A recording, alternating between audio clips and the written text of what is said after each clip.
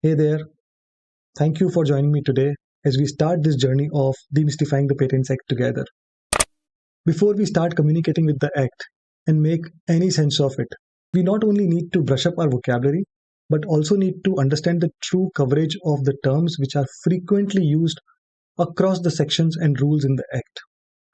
Unless we know the true meaning and coverage of these terms, we will not be able to interpret the sections or the rules for their true coverage.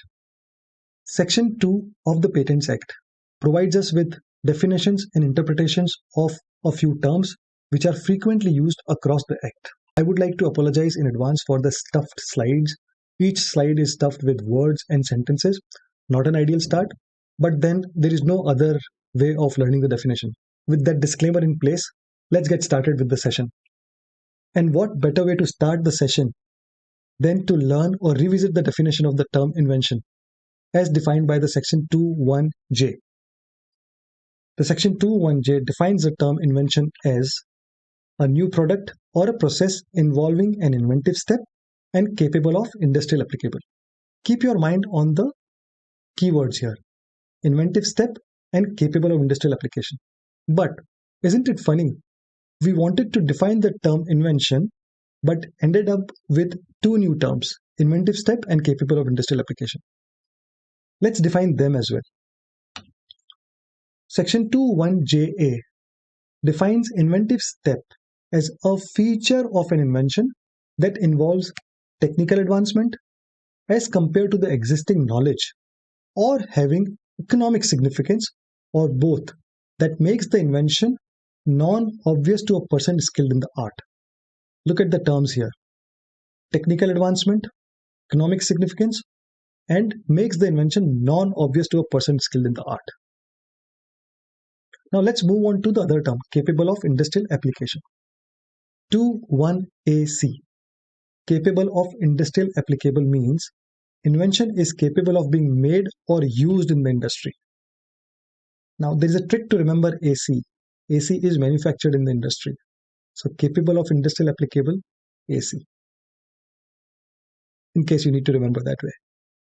Let's move on. We know invention. Now what is new invention? 2.1L defines new invention as an invention which has not been anticipated by prior publication, prior working, or prior public knowledge. Basically, it has not become the part of public domain.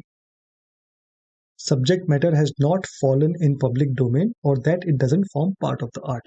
That's new invention, novelty. Moving on to the terms which are relevant for inventions and patent applications. We know every invention is associated with an inventor, or an inventor is associated with an invention.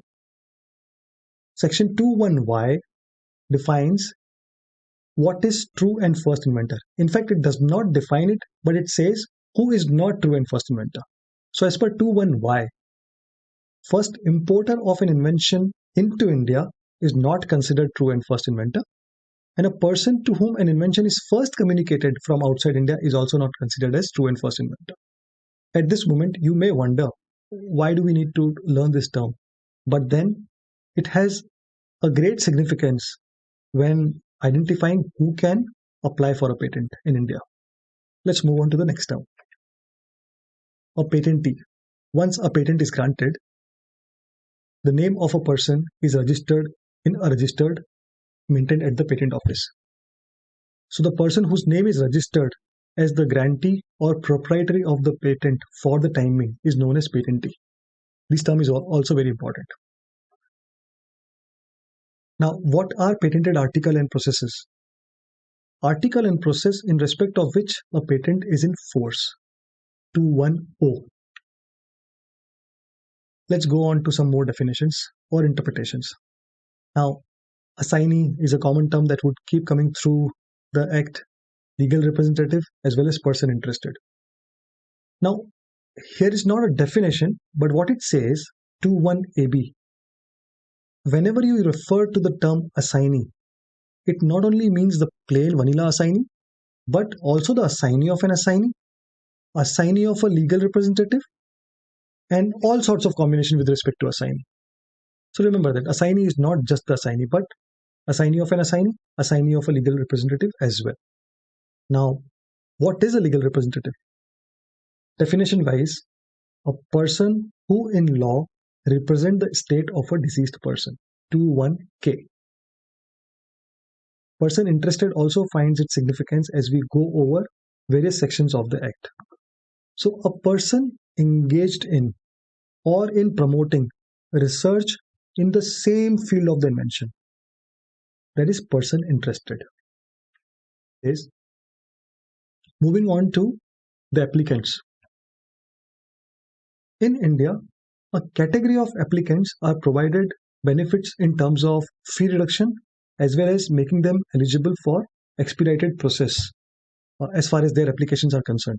In order for the applicant to avail those services or those benefits, we need to understand the definitions of it. So startup, 2FB. Facebook used to be a startup. 2FB startup. Startup is an entity that has been recognized by a competent authority in India as per Startup India initiative. As per the revised guidelines, an entity would be considered as startup up to a period of 10 years from the date of its incorporation. That's one criteria. The turnover of the entity for any of the financial year should not cross 100 crores. And of course, the entity should be working towards innovation or improvement of products, services, and processes, or if it has the potential to generate employment or create wealth. Provided a spin-off will not be considered as a startup under the purview of this Act. Similarly, 2FA defines small entity as per the MSME Development Act. This investment in plant and machinery or equipment does not exceed 50 crores and the annual turnover is not more than 250 crores. So we have gone through a few terms which we would be using frequently through the sessions. Section 2 provides much more definitions than what we have covered, but these are the important ones. So this brings us to the close of our first session. In the next video, we will evaluate our idea in light of the definitions that we have learned in this session, and also we will learn what all subject matters are not considered invention as per the definition of Section 3. So I'll see you in the next episode. Till then, take care and be good.